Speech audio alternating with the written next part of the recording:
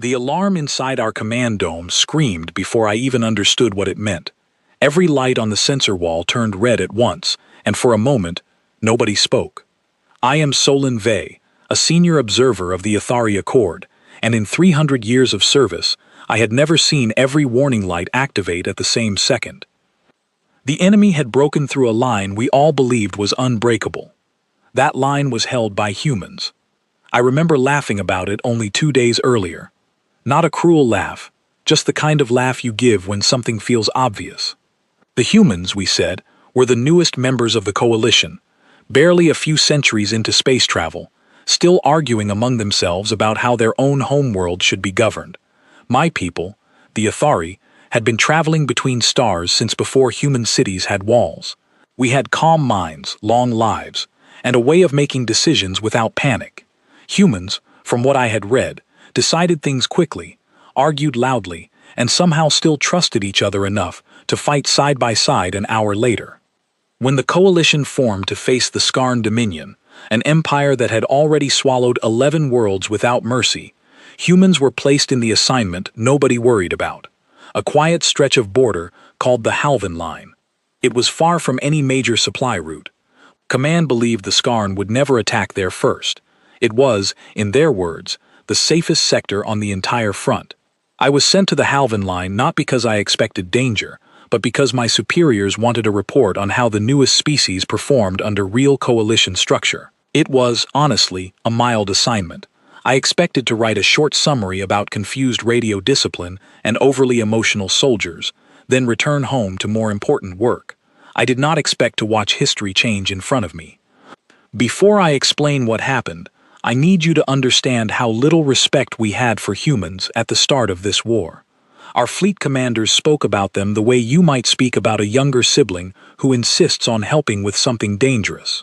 Not unkind, just unconvinced. Humans had only recently reached the technology needed for interstellar travel. Their weapons, while clever, were considered blunt compared to Athari precision energy systems. Their ships were smaller, their numbers modest, and their history, when we studied it, seemed to be one long story of internal conflict. 2 devastating wars fought entirely among themselves within the same century. It painted a picture of a species that could not even agree with itself, let alone stand firm against an empire like the Skarn. The Skarn Dominion did not see humans as a threat either. Their war reports, which we later recovered, listed the Halvan Line as a low-priority target, guarded by, in their words, an untested species with sentimental tendencies. I landed on the Halvan outpost on a quiet afternoon. The base was simple, built into the side of a rocky ridge overlooking a wide gray valley. Human engineers had reinforced the position with layered defenses, more than I expected, but nothing that seemed remarkable. What caught my attention immediately was not their equipment, it was their behavior. A young officer named Grace Hollis greeted me at the landing platform. She had a calm, steady voice, the kind that did not match the tension I expected from a species known for emotional volatility. "You're the Athari observer," she said, not as a question. "I am," I answered. "Solon Vey. I will be documenting operational readiness." She smiled, though there was no warmth of arrogance in it, only a kind of quiet confidence. "Then you picked an interesting week to visit." I did not understand what she meant. Not yet. She walked me through the base, introducing me to soldiers whose names I wrote down out of habit rather than importance. Oliver Bryce, a broad-shouldered engineer who spoke with his hands as much as his mouth. Lucas Grant, a sniper who barely spoke at all, but whose eyes tracked every movement in a room like a predator memorizing an escape route. Nathan Price, the base's medical officer, who greeted me with a joke about hoping he would not need to work on an alien anytime soon. I remember thinking, at the time, that their humor was a kind of shield, a way of hiding fear behind laughter. I wrote that exact thought in my early notes. I was wrong, but I did not know it yet. That evening, I observed something that confused me deeply. The soldiers gathered in a common room, not to discuss strategy, but to share food and stories. Someone played music from a small device. Another soldier, a young woman named Sophie Lane, told a story about her family that made the entire room laugh, even though the story itself was about a difficult moment in her life. I asked Grace why they were laughing about something painful. She looked at me for a long moment before answering, because if we don't laugh sometimes, the weight of what we're doing here would crush us. I wrote that down too, still believing it was a sign of fragility. The days that followed showed me a pattern I had not expected. Humans trained constantly, not just their bodies but their minds. They studied everything they could find about the Skarn Dominion, not only their weapons but their psychology, their history, their patterns of attack. Oliver Bryce spent hours modifying standard equipment, turning ordinary tools into something more effective for their specific terrain. Lucas Grant practiced for hours at a range that overlooked the valley, adjusting for wind, light, and distance with a patience that reminded me more of Ithari discipline than anything I expected from a young species. One evening, an older soldier named Henry Voss sat beside me while I reviewed my notes. He had gray in his hair and a calm, tired look in his eyes, the kind that comes from experience rather than age alone. "You're writing about us like we're an experiment," he said, not unkindly. "I am simply documenting behavior," I replied. He nodded slowly. "Let me save you some time then. Humans have never needed easy odds. We've fought wars against enemies stronger than us, faster than us, better armed than us, more times than you'd believe. We've fought wars against ourselves too, and somehow we always find our way back to standing beside each other when it matters." I did not fully understand what he meant. I assumed it was pride, another emotional trait common to younger species trying to prove themselves. I asked him directly if he believed the Halvan line was safe. He looked out toward the valley, his expression unreadable. "Command thinks it's safe. I've learned that the moment everyone assumes something is safe, that's usually when it stops being safe." 3 nights later, his words became a warning I wished I had taken more seriously. I remember the exact moment the alarms began. I was reviewing sensor logs in the command dome when every screen turned red at once.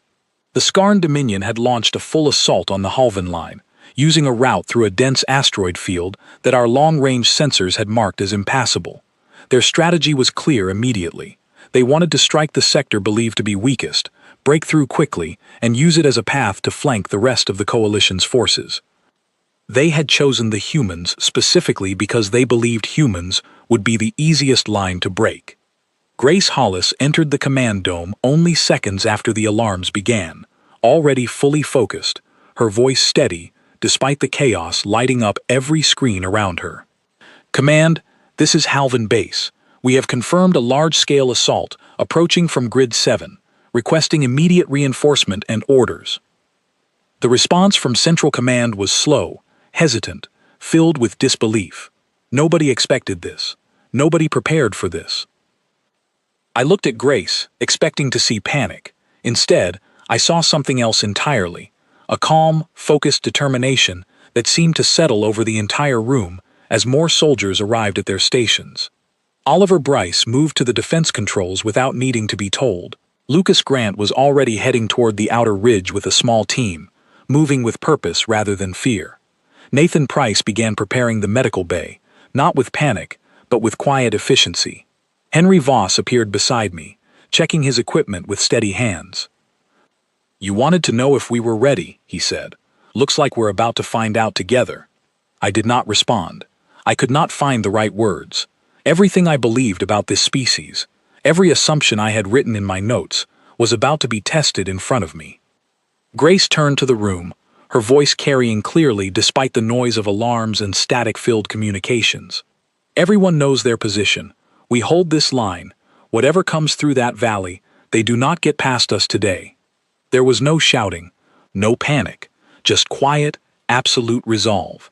I remember thinking, in that final calm moment before everything changed, that I had completely misunderstood what I was looking at. I had spent days documenting humans as an emotional, unpredictable species, unprepared for real war. I was about to learn how wrong I truly was. Outside, the horizon began to glow with the first signs of incoming ships, and the ground beneath the base trembled with a warning that made even my own steady Ithari heart tighten with something I rarely felt. Fear, not for myself, but for what I was about to witness unfold in front of me, because whatever was coming through that valley was about to meet a species the galaxy had underestimated for far too long, and I had a feeling nothing about this war would ever be the same again. The ground shook again, harder this time, and the first wave of Skarn ships broke through the low clouds above the valley like a swarm disturbed from its nest. I had seen Skarn assault formations before, in old recordings from other battles, but seeing them approach a base I now stood inside felt entirely different.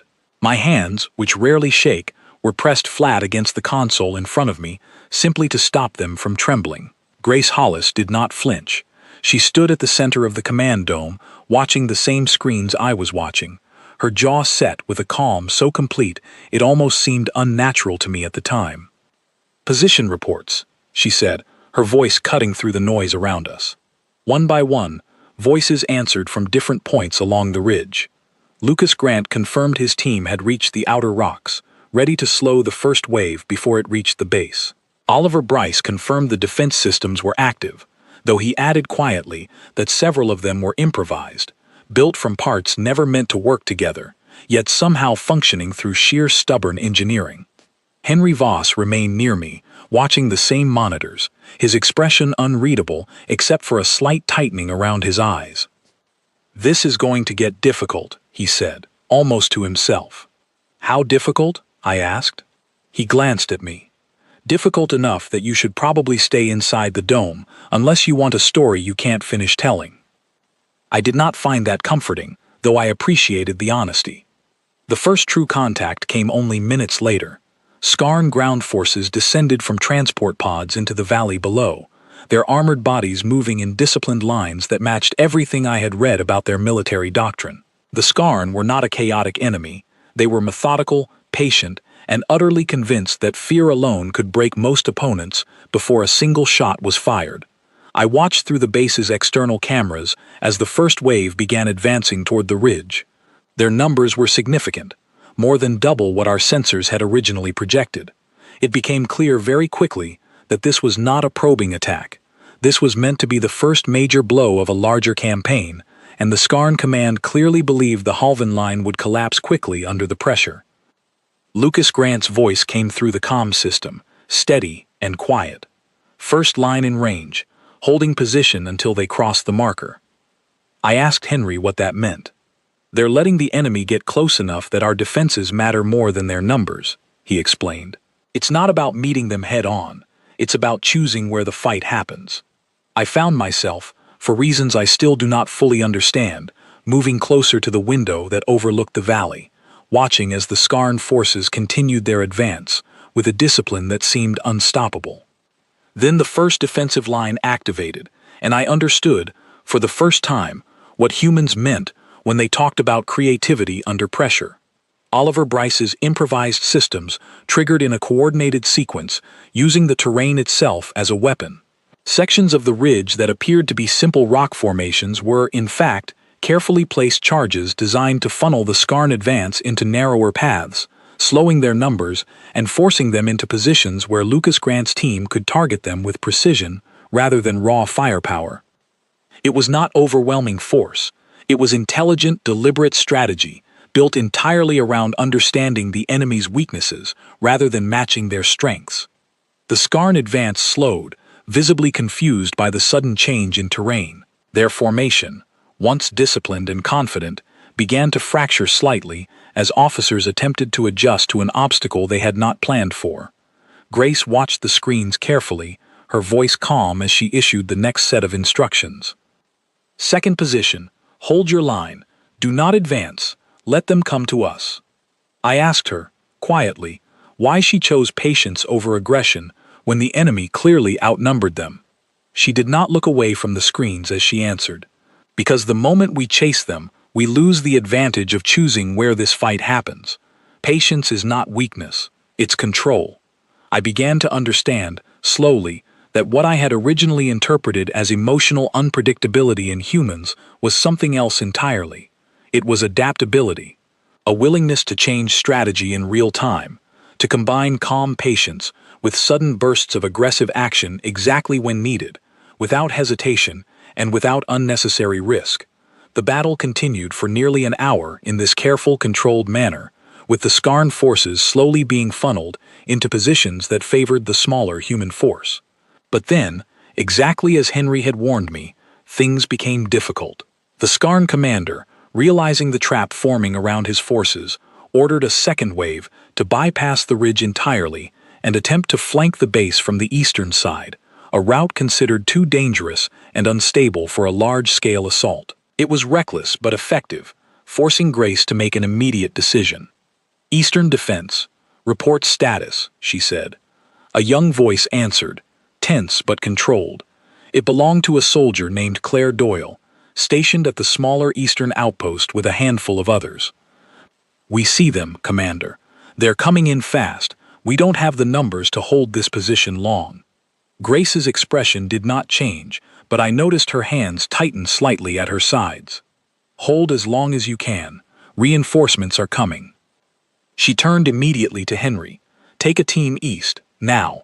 Henry nodded once, already moving toward the door, several other soldiers falling into step behind him, without needing further instruction. I watched them leave, understanding, for the first time, the weight of what these soldiers were being asked to do. They were not simply following orders out of obligation.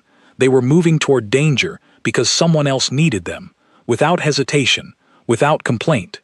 I asked Grace, as the sound of the eastern conflict grew louder over the comm system, if she was afraid. She glanced at me, only briefly. "Of course I am. Fear doesn't disappear just because you have a job to do. You just don't let it decide what you do next." That single sentence remained with me long after that day ended, though I did not yet understand its full meaning. The fighting at the eastern outpost grew intense, voices overlapping across the comm system as Claire Doyle's small team fought to hold their position against a much larger force. I heard fear in their voices, real and undeniable, yet none of them abandoned their position. None of them stopped fighting, even as the situation grew more difficult with each passing minute. Henry's team arrived just as the eastern line began to weaken, turning what could have been a collapse into a controlled, fighting retreat that bought enough time for additional reinforcements to arrive from the main ridge.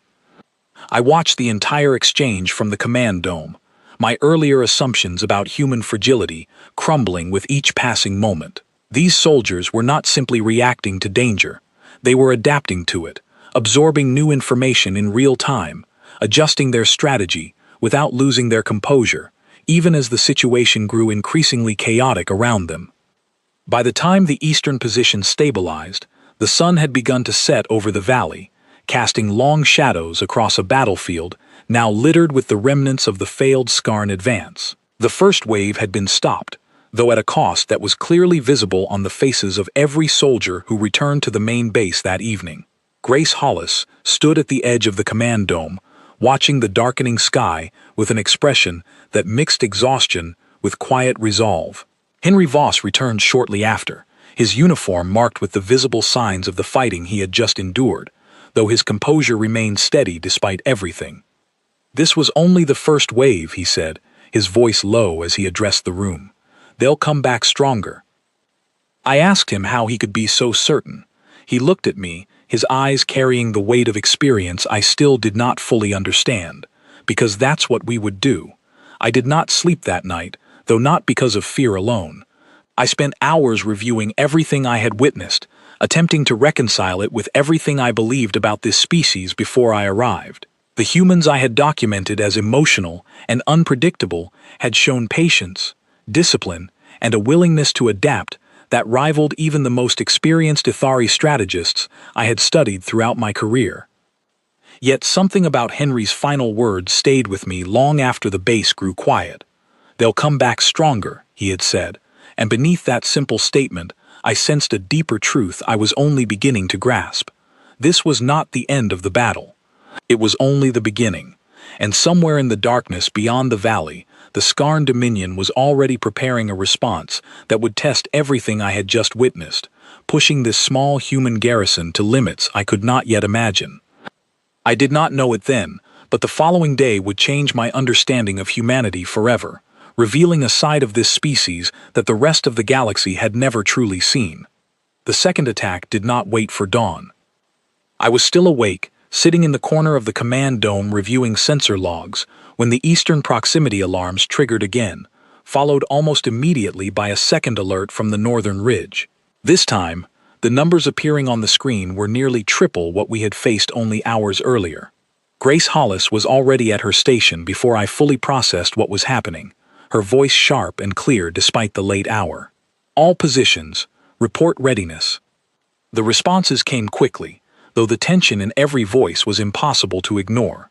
Lucas Grant confirmed his team was in position along the ridge, though he added that the incoming force appeared to be moving with far greater coordination than the previous wave.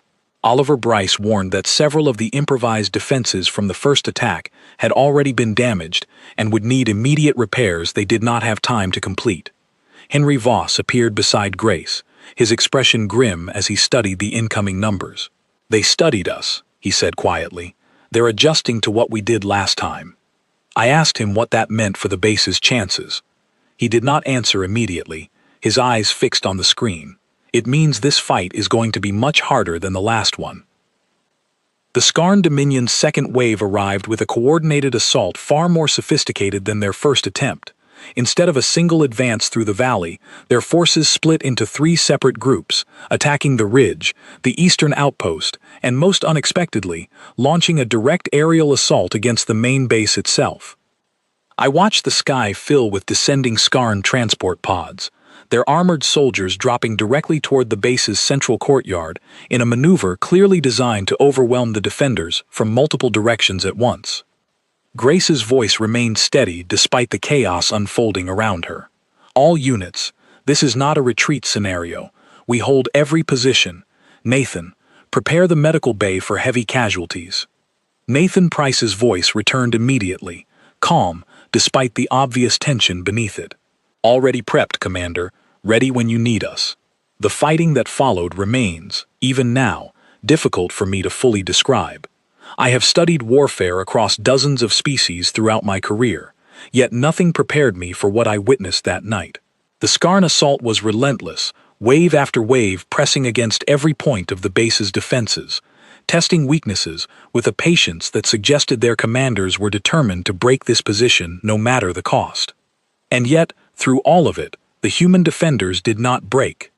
I watched through the base's internal cameras as Lucas Grant's team pressed hard along the ridge, adapted their positions repeatedly, falling back only when necessary, then holding firm the moment the terrain allowed it. I watched Oliver Bryce, working under direct fire, repair a damaged defense system with tools that seemed far too simple for the task, using nothing but quick thinking and steady hands to keep the base's outer defenses functioning. At the eastern outpost, Claire Doyle's team faced the heaviest pressure of the entire battle, holding a position that should have collapsed within minutes against the numbers advancing toward them. Instead, they held for nearly an hour, falling back only in small, controlled increments, never allowing the Skarn forces a clean path through their line. I asked Henry, watching the screens beside me, how they could continue holding against such overwhelming numbers. He answered, without looking away from the monitors, "Because giving up isn't a decision we make lightly.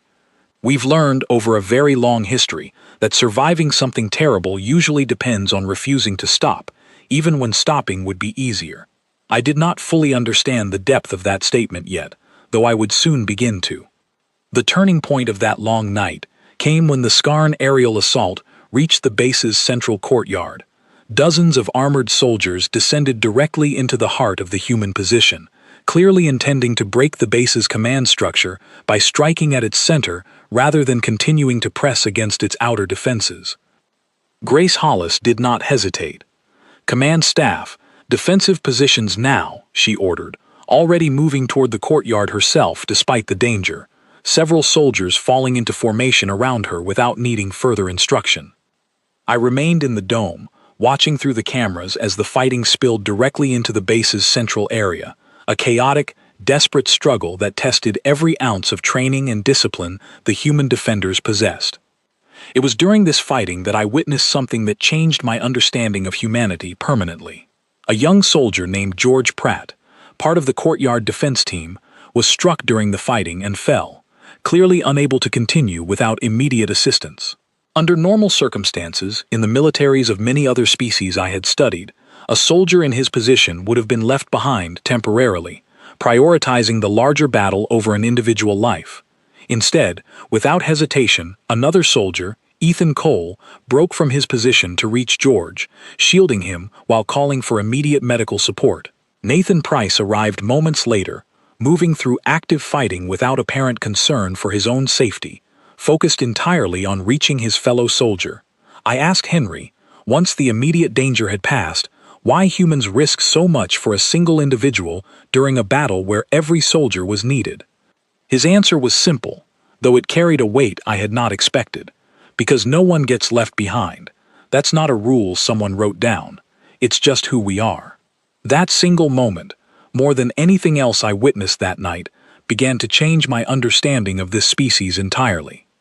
As the battle continued, I noticed something else, something far more unsettling to my original assumptions. The Skarn Dominion's tactics relied heavily on psychological pressure, using overwhelming numbers and relentless aggression to break the resolve of their enemies before physical defeat even occurred. I had seen this strategy succeed against other coalition species earlier in the war, forces retreating not because they were defeated, but because their will to continue fighting had been shattered by fear alone. Humans, however, did not respond to that pressure the way I expected. Fear was clearly present.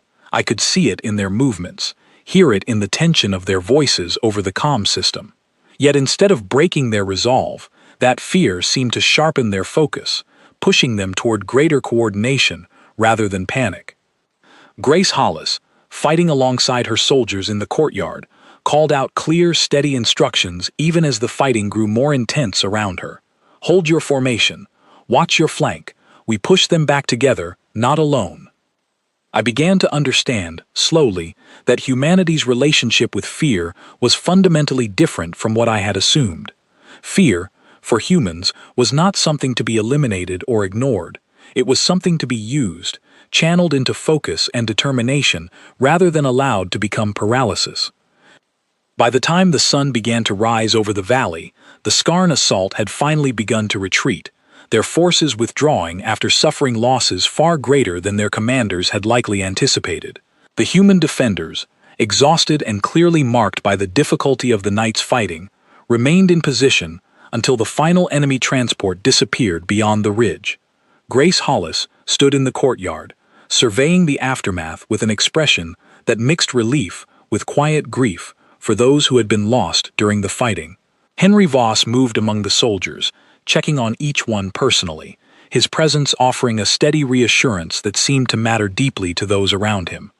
I found myself standing near the edge of the courtyard, attempting to process everything I had witnessed throughout that long, difficult night. My original assumptions about humanity, formed over years of study and observation from a comfortable distance, had been completely dismantled in the span of a single battle. Nathan Price approached me during a quiet moment, his uniform marked by the long hours he had spent treating the wounded throughout the night. "You've been quiet," he said, offering a tired but genuine smile. "I am attempting to understand what I witnessed," I admitted honestly. He nodded slowly, glancing back toward the courtyard, where soldiers were beginning the difficult task of caring for their wounded and honoring those who had not survived. "There's not much to understand, really. We were scared. We fought anyway. That's most of it." I did not believe at the time that such a simple explanation could account for everything I had witnessed. Yet as the days that followed would prove, that simple truth carried more weight than I could have imagined. The Skarn Dominion, having suffered a costly and unexpected defeat at the Halvan line, would not simply retreat and reconsider their strategy elsewhere. Their commanders, embarrassed by the failure of 2 consecutive assaults against a force they had dismissed as weak, began preparing something far larger, a response meant to ensure the Halvan line's defenders would not survive a third attempt. I did not know this yet, standing in that quiet courtyard as the sun rose fully over the valley, surrounded by exhausted soldiers who had somehow held their ground against overwhelming odds not once, but twice. But I would soon learn that the true test of humanity's resolve was still ahead of us, waiting in the days to come, ready to reveal exactly why this species, so recently dismissed as fragile and unprepared, was about to become a name the rest of the galaxy would remember, with both respect and unease for generations to come. 3 days passed in relative quiet, though quiet is perhaps the wrong word for what settled over the Halvan base during that time. It was a tense stillness, the kind that comes when everyone understands a larger storm is gathering just beyond sight. Grace Hollis spent those days reorganizing the base's defenses, incorporating lessons from the previous battle into every position along the ridge. Oliver Bryce worked almost without rest, rebuilding and improving the improvised systems that had proven so effective, while Lucas Grant trained new arrivals sent to reinforce the garrison, passing along knowledge earned through direct experience rather than any manual or simulation. I spent those days reviewing recovered Skarn communications, translated slowly by the base's limited resources, piecing together a picture of what the enemy was planning. What I found confirmed Henry's earlier warning. The Skarn Dominion, humiliated by 2 failed assaults against a force they considered inferior, was preparing a massive third attack, intended not simply to break through the Halvan line, but to eliminate it entirely, as a lesson to the rest of the coalition. I brought this information directly to Grace, expecting her to request immediate reinforcement, or perhaps even consider a strategic withdrawal given the scale of what was approaching. Instead, she listened carefully, then turned to study a map of the surrounding terrain with a calm focus that still, even after everything I had witnessed, surprised me. "If they want to end this here," she said quietly, "then we need to make sure that ending isn't the one they expect." I asked her what she meant. She looked up from the map, her expression carrying a quiet determination I had come to recognize over the past several days. "We've been playing defense this whole time. Maybe it's time we remind them why that's a mistake." That conversation marked the beginning of a strategy that would ultimately change the course of the entire battle for the Halvan line, though I did not yet understand the full scope of what she was planning. Over the following 2 days, I watched the human garrison prepare in ways that continued to challenge everything I believed about their species. Instead of simply reinforcing their existing defenses, they began developing an active strategy, one that relied on understanding the psychology of their enemy as much as their weapons and numbers. Henry Voss explained it to me during a quiet moment, as soldiers around us prepared equipment and reviewed plans with quiet focus. "The Skarn expect fear to break us eventually. They've built their entire strategy around that assumption. So instead of only defending against their attack, we're going to make them question everything they think they understand about us." I asked him to explain further, still not fully grasping the strategy forming around me. He smiled, a small, tired smile that carried more confidence than I expected. "You'll see soon enough." During this time, I also began reviewing recovered historical records about humanity, information I had access to but had never studied closely before arriving at the Halvan line. What I found within those records began to reshape my understanding of this species entirely. Centuries earlier, humanity had endured 2 devastating conflicts fought entirely among themselves, wars that claimed millions of lives and reshaped their entire civilization. Yet rather than being destroyed by that history, humanity had rebuilt, learned, and continued advancing at a pace that seemed almost impossible for a single species to sustain. Within a single lifetime, humans had gone from simple flight to reaching their own moon. Within a few more generations, they had developed technology capable of interstellar travel, joining a galactic community that had existed for far longer than their entire recorded history. I began to understand something the Athari, despite our vast experience and long lifespans, had never truly grasped about this newest coalition member. While species like mine changed slowly, carefully, across many centuries, humanity evolved rapidly, culturally and technologically reinventing itself within the span of a few generations, driven by a history that had forced them to adapt or disappear entirely, more than once. Every human soldier standing on that ridge carried, whether they fully realized it or not, the inherited resolve of countless generations who had faced devastating conflict and impossible odds, and had somehow continued forward regardless. This was not simple stubbornness, as I had originally assumed. It was something far more significant, a species that had learned, through repeated and painful experience, exactly how to survive circumstances that should have destroyed them entirely. The third Skarn assault began on the morning of the sixth day, arriving with a force far larger than either of the previous two attacks combined.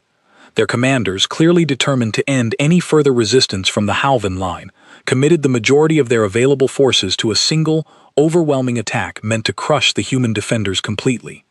I watched from the command dome as wave after wave of Skarn forces began their advance across the valley, their numbers filling nearly every visible section of the terrain below the ridge. Grace Hollis stood at the center of the command dome, her voice steady as she issued the first orders of the battle. Hold initial positions. Let them commit fully before we respond. For the first hour, the human defenders held their ground exactly as they had during the previous battles, absorbing the initial pressure of the Skarn advance with practiced discipline. But as the battle progressed, I began to notice subtle differences in their strategy, small adjustments that suggested something larger was being planned. Lucas Grant's team, instead of maintaining a purely defensive position, began drawing portions of the Skarn advance toward specific sections of the terrain, using controlled retreats to guide the enemy into positions that offered no strategic advantage. Oliver Bryce's defensive systems, rather than simply slowing the enemy advance, began funneling Skarn forces into narrow paths that separated their larger formations into smaller, more vulnerable groups. I realized, watching this unfold, that the human defenders were not simply reacting to the Skarn assault. They were actively shaping the battle, using patience and calculated strategy to dismantle the enemy's overwhelming numbers piece by piece. Henry Voss, standing beside me as the battle continued, finally explained the full strategy that had been developing over the previous days. The Skarn rely on numbers and fear to win their battles, so we're taking away the one thing that makes their numbers matter: space. If we can keep their forces divided, fighting in smaller groups instead of one overwhelming wave, their numbers stop being an advantage. As the battle progressed further into the day, this strategy began to show remarkable results. Skarn formations, separated and confused by the shifting terrain and unexpected human tactics, began to lose the coordinated discipline that had made their previous assaults so dangerous.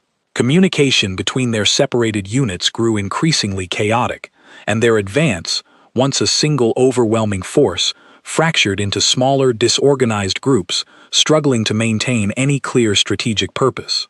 It was during this critical moment that Grace Hollis made a decision that would define the entire battle. "All forward positions, prepare to advance," she said, her voice carrying clearly across the comm system. I looked at her, startled by the order. "You intend to move forward? Against a force still greater than your own?" She met my gaze directly, her expression calm despite the intensity of the moment. "Their numbers only matter if they stay together. Right now, they're not together. This is exactly the moment we need to act." The human advance that followed remains one of the most remarkable things I have ever witnessed in my long career studying warfare across multiple species. Rather than continuing a purely defensive strategy, the human defenders moved forward with calculated precision, targeting the weakened, disorganized sections of the Skarn formation while carefully avoiding areas where the enemy still maintained strong coordination. Lucas Grant's team moved with practiced efficiency, eliminating key points of enemy communication and command with surgical precision. Oliver Bryce's engineering skills, once focused purely on defense, now supported the advancing forces with mobile solutions that adapted instantly to the changing battlefield. Claire Doyle, who had proven her resolve during the earlier battles, led a small team directly into one of the most heavily contested sections of the field, breaking apart a Skarn position that had been causing significant difficulty for the wider advance. I watched, almost unable to process what I was seeing, as a force the Skarn Dominion had dismissed as weak and unprepared began systematically dismantling an assault meant to end their resistance entirely. By late afternoon, the Skarn commander, recognizing the disaster unfolding before him, ordered a full retreat, an outcome that would have seemed impossible only hours earlier. Skarn forces, once confident in their overwhelming numbers, withdrew from the valley in clear disarray, leaving behind equipment and wounded soldiers in their haste to escape a battle that had turned entirely against their expectations. I stood in the command dome, watching the retreating enemy forces disappear beyond the ridge, struggling to fully comprehend what had just occurred. The Halvan line, a position dismissed as unimportant and unlikely to face any significant challenge, had not only survived 3 separate assaults from a numerically superior enemy, but had ultimately forced that enemy into a retreat that would be remembered throughout the rest of this war. Grace Hollis lowered her communicator slowly, her expression carrying quiet relief mixed with the visible exhaustion of everything the past several days had demanded from her and every soldier under her command. Henry Voss approached me as the base began the long process of recovering from the battle, his expression calm despite everything that had just unfolded. "Now you understand," he said quietly. I looked at him, still attempting to process the full weight of what I had witnessed. "I am beginning to," I admitted honestly, "though I suspect there is still much I do not fully understand about your species." He offered a tired smile. "That's all right. Most of the galaxy doesn't understand us yet either. But I think, after today, they're going to start paying a lot more attention." As the sun began to set once again over the valley, casting long shadows across a battlefield now marked by both loss and an unlikely victory, I understood that something fundamental had shifted, not only in this small corner of the war, but in the wider perception of humanity across the entire galactic community. The Skarn Dominion had learned, in the most costly way possible, that the species they had dismissed as weak was capable of far more than anyone had anticipated, and I, having witnessed it firsthand, understood that the rest of the galaxy was about to learn the same lesson, whether they were prepared for it or not. The days following the battle brought a quiet that felt entirely different from the tense stillness that had preceded the third assault. This was the quiet of exhaustion, of grief, carefully managed alongside relief, and of a base slowly beginning to understand the full weight of what it had just accomplished. I spent much of that time helping document the battle for my own people, though I found myself struggling to translate what I had witnessed into the careful, measured language expected in Ithari reports. How does one explain, in simple terms, watching a species reshape an entire battle through patience, sacrifice, and an unwillingness to accept defeat as inevitable? Nathan Price's medical bay remained busy throughout those first days, treating wounds both physical and otherwise. I visited often, partly out of genuine concern for the soldiers I had come to know, and partly because I found myself drawn to understanding this species more deeply than my original assignment required. It was during one of these visits that I finally had the conversation with Henry Voss that would shape my understanding of humanity more than anything else I witnessed during my time at the Halvan Line. He was sitting near the edge of the base, looking out over the valley where so much had happened only days earlier. I approached quietly, unsure if he wished to be disturbed, but he gestured for me to join him without hesitation. "You've been quiet since the battle ended," he said, not looking away from the valley. "I have a great deal to consider," I admitted. "Everything I believed about your species before arriving here has been challenged in ways I did not expect." He nodded slowly, a small, knowing smile crossing his face. "That happens a lot, from what I understand. People assume we're fragile because we don't live as long as some species, or because our history is messy and complicated. But I think that messiness is exactly why we fight the way we do." I asked him to explain further, genuinely wanting to understand. He considered his words carefully before answering. "We're not the strongest species in this galaxy. We're not the fastest, and we definitely don't have the longest history among the stars. But somewhere along the way, we learned something that a lot of older, more advanced species maybe never had to learn. We learned how to keep going, even when everything says we shouldn't be able to." He gestured toward the valley below us. "Every soldier who stood on that ridge carries that lesson with them, whether they realize it or not. It's not about being fearless. It's about understanding that fear doesn't get the final say." I sat with those words for a long time, turning them over in my mind as I considered everything I had witnessed over the previous days. The Ithari, along with many other older species in this galaxy, had built our societies around stability, careful decision-making, and patience earned through centuries of steady progress. Humanity, by contrast, had been forced to earn every step of their progress through struggle, loss, and an ongoing refusal to accept defeat as permanent. That difference, I began to understand, was not a weakness at all. It was the very reason humanity had managed to hold a position that should have fallen easily to a numerically superior enemy. Grace Hollis joined us a short while later, her expression carrying the quiet weight of command, though there was also a visible relief in the way she moved, no longer burdened by the immediate threat that had defined the previous days. "Word's already spreading through the coalition," she said, settling into a seat nearby. "Command wants a full report on what happened here." I asked her how she felt about the sudden attention this battle was receiving from the wider coalition. She considered the question carefully before answering. "I'm proud of what we did here, but I don't want people thinking we're something we're not. We didn't win because we're unstoppable.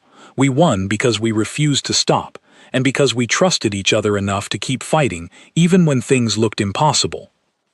That distinction, I realized, was important. Humanity's strength was not some inherent, unshakable invincibility.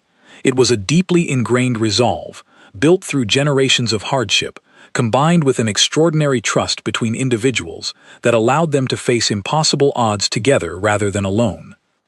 Over the following weeks, as reports of the Halvan Line's defense spread throughout the coalition, I began to notice a shift in how other species discussed humanity. The dismissive tone that had once characterized conversations about this newest coalition member began to change into something more cautious, more respectful, and in some cases, openly uneasy. Ithari Command requested a full briefing from me personally, eager to understand exactly how a numerically inferior force had managed such a decisive victory against the Skarn Dominion. I found myself, during that briefing, struggling to explain something that felt far more complex than simple military strategy.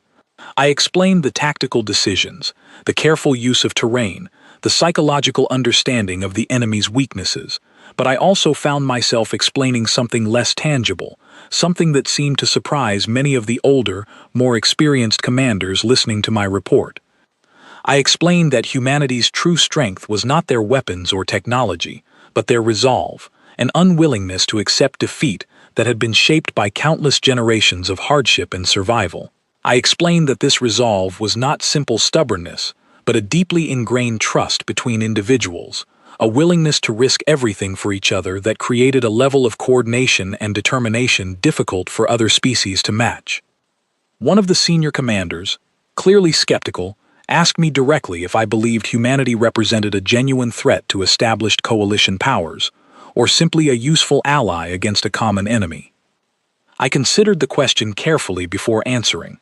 "I believe," I said, "that humanity represents both possibilities, depending entirely on how the rest of us choose to treat them. If we continue underestimating them, dismissing their capabilities simply because their history looks different from our own, we risk finding ourselves on the wrong side of a species that has already proven, repeatedly, that being underestimated has never stopped them from succeeding." That answer, I later learned, sparked significant discussion throughout Ithari Command, ultimately influencing how our species approached future coalition strategy involving human forces. Before I left the Halvan Line to return to my usual duties, I sought out Grace Hollis one final time, wanting to properly express my gratitude for allowing me to witness everything that had unfolded during my time there. She met me at the same landing platform where we had first spoken, her expression calm and steady, despite everything the past weeks had demanded of her. "I owe you a great deal of understanding," I told her honestly. "I arrived here believing your species was unprepared for the realities of this war. I am leaving with a far different understanding entirely." She smiled, a genuine, tired smile that carried the weight of everything she had experienced. "That's all right. Most people underestimate us at first. We've gotten used to it. What matters is what happens after people realize they were wrong." I asked her what she believed would happen now that the rest of the galaxy was beginning to understand humanity's true capabilities. She considered the question for a long moment before answering. "I think it depends on whether people choose to see us as a threat or as an ally worth trusting. Either way, we're not going anywhere. We've survived worse than this, and we'll keep standing exactly where we're needed for as long as it takes." As my transport lifted away from the Halvan base, I looked back one final time at the ridge where so much had unfolded during my brief time there. The valley below, once marked by the chaos of battle, had already begun to show signs of quiet recovery, a landscape slowly healing from everything it had witnessed. I understood, as I traveled back toward Athari space, that I was returning with far more than a simple military report.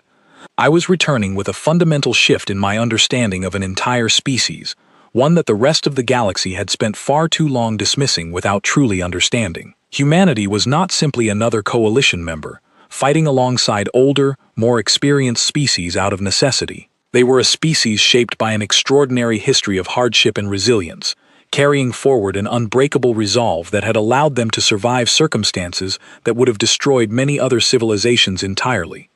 I finally understood why so many across the galaxy had begun to speak of humanity with a mixture of respect and quiet unease.